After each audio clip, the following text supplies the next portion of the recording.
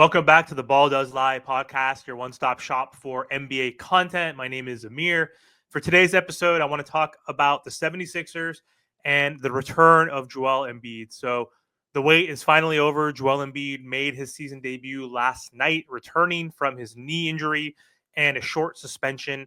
And all of that is great. I'm sure Sixers fans were happy to see him back on the floor, but all of that was spoiled. That comeback didn't go as planned as the 76ers lost to the Knicks 111-99. So Sixers fans got to be pissed off right now with Embiid, with PG, and the direction of this team right now. I know Maxey just got hurt recently as well, who's going to miss some time. So they are dealing with a ton of injuries right now.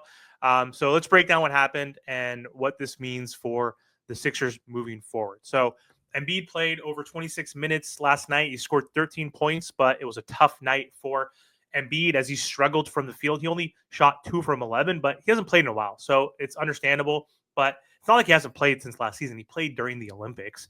So not great, obviously, but again, it's going to take some time, obviously, for him to get back into basketball condition, shape, as well as rhythm. So it's clear that he needs to get a few games under his belt before we can judge his play. He only had 3 rebounds, which could be concerning as well for him, and 5 assists. So he did show some flashes of his playmaking ability. But again, he didn't dominate. But again, can you expect him to dominate after coming back from this long stint? On the bright side, this is the first game that Embiid and Paul George took the floor together as new teammates. Unfortunately, Maxey was not available. And so it's been tough because this new core has not played together. There's going to be an uphill battle with this team. They're now sitting at 2-8, which is horrible. They're near the bottom of the East, which is not what most fans expected. Most fans did expect, though, that Paul George would miss time because he's made out of glass, as well as Embiid. Both are guys who are historically injured, who always miss like 20 to 25 games per season. So you knew that this team was going to face injuries with those two. So it's important also to remember that Embiid isn't fully back yet, of course, for the reasons why I mentioned earlier, and also in terms of his minutes for conditioning.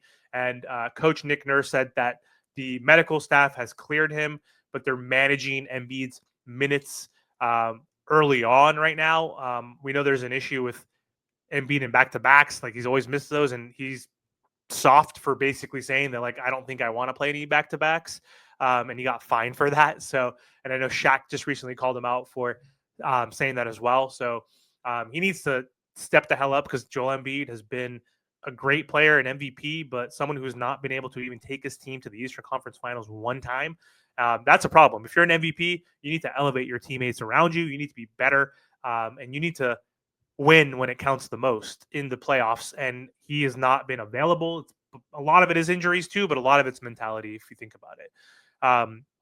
So yeah, again, the team is at a 2-8 start, and that's a tough hole to dig out of. It's not insurmountable, but still not a good start, especially how the Eastern Conference has gotten better over time. I think the West is still a better conference, but either way, they still have time. They need to put together some wins. They need to stay healthy. But again, as Paul George came back, Maxey goes out. So they don't have their big trio, and that big three. Maxey has been playing amazing so far without PG and Embiid, so I'm excited to see what that trio could look like. But again, they're always going to be hurt. Health is always going to be an issue. Chemistry could be an issue too as well. So not sure how far this Sixers team can go with Embiid, George, and Maxey in and out of the lineup. We shall see. But as a Heat fan, I'm actually happy to see them struggling at 2-8. But I think they will eventually figure things out as long as they can stay healthy and turn this around and at least be a top 8 seed in the Eastern Conference. So I assume they could still, if they're healthy, get back up to like the 5-6 range. So we'll see. But anyway, that's all I have for today's episode. Don't forget to like, comment, share, and subscribe to the channel. Thanks again.